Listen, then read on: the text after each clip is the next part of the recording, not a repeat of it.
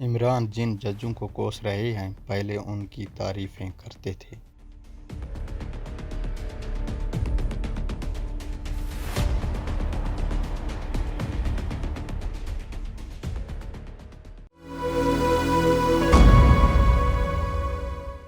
سابق وزیر اعظم عمران خان کی جانب سے بدلے ہوئے حالات میں سپریم کورٹ کے جو معزز جج حضرات تنقید کی زد میں ہیں، ماضی میں کپتان اپنے حق میں فیصلہ دینے کی وجہ سے ان کی تعریفوں کے پل باندھتے رہے ہیں۔ یاد رہے کہ سپریم کورٹ کی جانب سے 7 اپریل کو قومی اسمبلی بحال کرنے اور تحریک عدم اعتماد پر سابق وزیر اعظم کے خلاف ووٹنگ کروانے کا حکم دینے کے بعد سے پاکستانی عدلیہ عمران خان کی تنقید کی زد میں ہے۔ اپنے حالیہ جلسوں میں عمران خان بار بار یہ بات دہرا رہے ہیں کہ انہوں نے ایسا کون سا جرم کیا تھا کہ 9 اپریل کی رات سپریم کورٹ اور اسلام آباد ہائی کورٹ کے دروازے کھلوائے گئے۔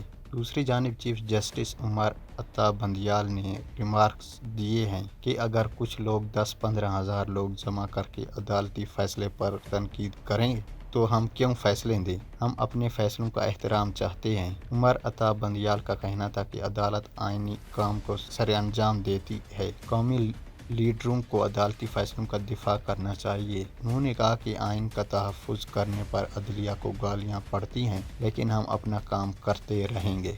یاد رہے کہ قومی اسمبلی بحال کرنے اور ڈپٹی اسپیکر کے رولنگ کو غیر آئینی قرار دینے والے سپریم کورٹ کے 5 رکنی بینچ میں ایسے سینئر جج شامل ہیں جو ماضی میں ملک کی تاریخ کے چند اہم اور تاریخی فیصلوں کا حصہ رہے ہیں، اور عمران خان ان کی تعریف میں زمین آسمان کے کلابے ملاتے رہے ہیں۔ فیصلوں پر تنقید کریں، منصف پر نہیں۔ یہ کہنے والے چیف جسٹس بندیال نے سپریم کورٹ کے اس لارجر بینچ کی سربراہی کی تھی جس نے 3 اپریل 2022 کو قومی اسمبلی کے ڈپٹی اسپیکر قاسم سوری کے رولنگ پر از خود نوٹس دیا تھا اور پھر 7 اپریل کو کیس کا فیصلہ سنا دیا تھا، جو عمران خان کو بہت ہی ناگوار گزرا۔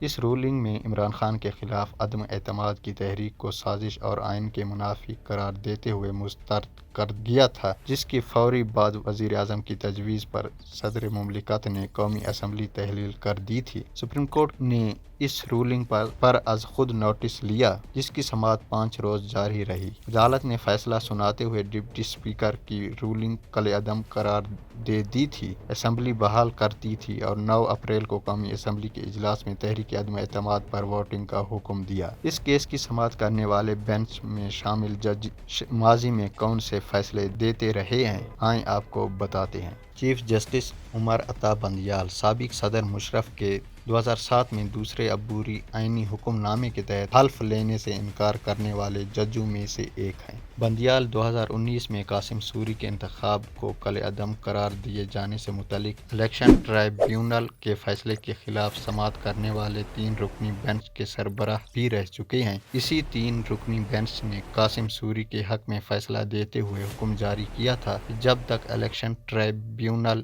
کے فیصلے پر نظر ثانی کی درخواست پر فیصلہ نہیں ہو جاتا، اس وقت تک متعلقہ حلقے میں ضمنی انتخاب نہ کروائیں۔ اس کے بعد قاسم سوری رکن قومی اسمبلی کے ساتھ ڈپٹی اسپیکر قومی اسمبلی کے عہدے پر بھی برقرار رہے، لیکن دوبارہ ان کا کیس نہیں سنایا گیا۔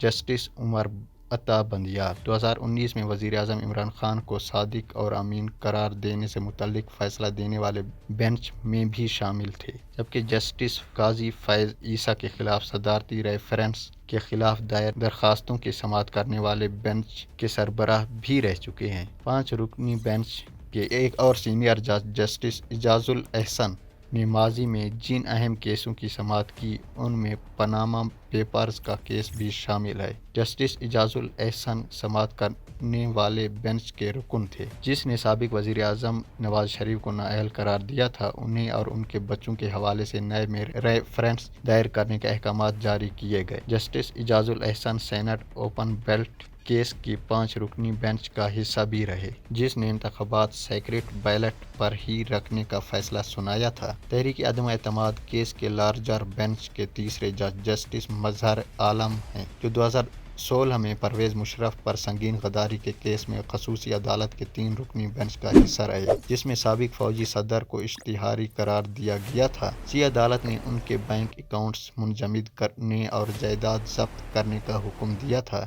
یہ کیس اپنی نوعیت کا تاریخ کا پہلا ایسا کیس تھا جس میں آرٹیکل 6 کے تحت ایک فوجی امر کے خلاف کارروائی کی گئی اور اسے اشتہاری قرار دیا گیا۔ اسی طرح جسٹس مظہر عالم 10 رکنی لارجر بینچ کے ان 6 ججوں میں سے ایک ہیں جنہوں نے سال 2021 میں جسٹس قاضی فیض عیسیٰ کے خلاف صدارتی ریفرنس کے فیصلے پر نظر ثانی کی درخواست منظور کی۔ اسی بینچ کے ایک اور جج جسٹس منیب اختر بھی ہیں۔ اس کیس کی سماعت کے دوران ایک وقت ایسا آیا جب جسٹس منیب اختر نے دوسرے فضل جج کی بات میں مداخلت نہ کریں، یہاں کوئی ریس تو نہیں لگی ہوئی، جسے سخت ریمارکس دیے تھے۔ جسٹس منیب اختر 2018 میں سپریم کورٹ کے جج تعینات ہوئے تھے۔ جسٹس جمال خان مندوخیل 2021 میں سپریم کورٹ میں بطور جج تعینات ہوئے تھے۔ یہ 7 سال میں پہلی ایسی تعیناتی تھی جہاں بلوچستان ہائی کورٹ سے سپریم کورٹ میں کسی جج کو تعینات کرنے کی سفارش کی گئی۔ جسٹس جمال خان مندوخیل بھی ڈپٹی اسپیکر کی رولنگ سے متعلق از خود نوٹس کی سماعت کرنے والے لارجر بینچ کا حصہ تھے۔ روزنامہ قدرت کی ویڈیو دیکھنے کے لیے ابھی یوٹیوب چینل پر سبسکرائب کریں اور بیل آئیکن پر بھی کلک کریں۔